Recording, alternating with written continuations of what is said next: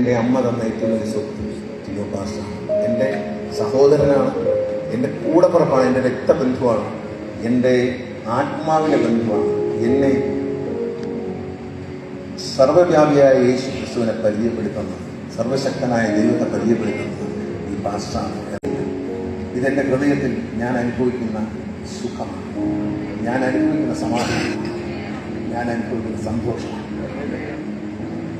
കഴിഞ്ഞ ദിവസം ബഹുമാനപ്പെട്ട സ്പീക്കർ ഇവിടെ പ്രസംഗിച്ചൊന്നും പറഞ്ഞു, ഗണേശേട്ടന് പേടിയില്ല. ഞാൻ കുട്ടിക്കാലത്ത് ഒരാൾ പേടിയുള്ള ആളാണ്, പക്ഷെ ഇന്ന് എനിക്ക് പേടിയില്ല.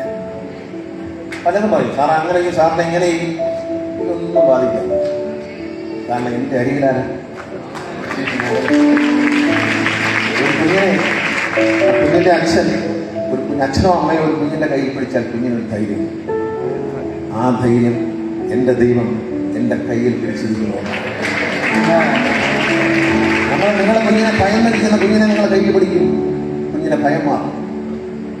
ഏത് കുഞ്ഞും അമ്മ കയ്യിൽ പിടിച്ചാൽ, അച്ഛൻ കയ്യിൽ പിടിച്ചാൽ വിശ്വാസം, ആ വിശ്വാസം എൻ്റെ കയ്യിൽ പിടിച്ചിരിക്കുകയാണ്. ഇനി ഒന്നും വെച്ച് എന്നെ പേടിപ്പിക്കാൻ വിചാരിക്കുന്ന, അല്ലാതെ എൻ്റെ മെടുക്കൊണ്ടുള്ള ധൈര്യമൊന്നുമല്ല, ഞാൻ തീരെ പടയാളിയും നോക്കാവുമൊന്നുമല്ല. എൻ്റെ മനസ്സിൻ്റെ ധൈര്യം എന്ന് പറയുന്നത് എൻ്റെ അരികിൽ നിൽക്കുന്ന ദൈവത്തിൻ്റെ ശക്തിയുള്ള വിശ്വാസം. അതുകൊണ്ട് അല്ല, എനിക്ക് അഹങ്കാരം കൊണ്ടുള്ള ധൈര്യമൊന്നുമില്ല, അങ്ങനെ വലിയ ധൈര്യമൊന്നുമില്ല. പക്ഷേ ഇപ്പം മതയാനയുടെ ഒന്നും ചെന്ന് ചാടാൻ ഞാൻ പ്രാന്തനൊന്നും. എൻ്റെ ജീവിതത്തിൽ വരുന്ന ഇതുപോലെ പ്രതിസന്ധികളെ ധൈര്യസമേതം നേരിടാൻ കാരണം ഈ അരികിൽ നിൽക്കുന്ന ശക്തിയാണ്. പരിശുദ്ധാത്മാവ് കൂടെ കാണും എന്നെല്ലാവരും പ്രാർത്ഥിക്കും. പരിശുദ്ധാത്മാവിൻ്റെ സാന്നിധ്യം നമ്മുടെ ജീവിതത്തിൻ്റെ എല്ലാ ഭാഗത്തും, എല്ലാ ചിന്തയിലും, എല്ലാ ജീവിതത്തിൻ്റെ എല്ലാ ഇടങ്ങളിലും, യാത്രയിലും കൂടെ ഉണ്ടാകണമേ. മന്ത്രിയാവാൻ വിളിച്ചപ്പോൾ പോയി മന്ത്രിയായി. 2.5 കൊല്ലം തരാമെന്ന്, 2.5 കൊല്ലം പോലും ഇല്ല. പക്ഷെ അതിന് മുമ്പേ കേസാണ് രക്ഷപ്പെട്ടു.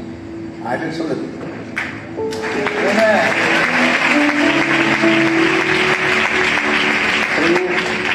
എത്രയോ ബുദ്ധിയുള്ളവർ, കഴിവുള്ളവർ, രാഷ്ട്രീയത്തിൽ തഴക്കമെന്ന ബഹുമെടുക്കന്മാരായ ആളുകൾ കൈകാര്യം ചെയ്തൊരു വകുപ്പാണ്.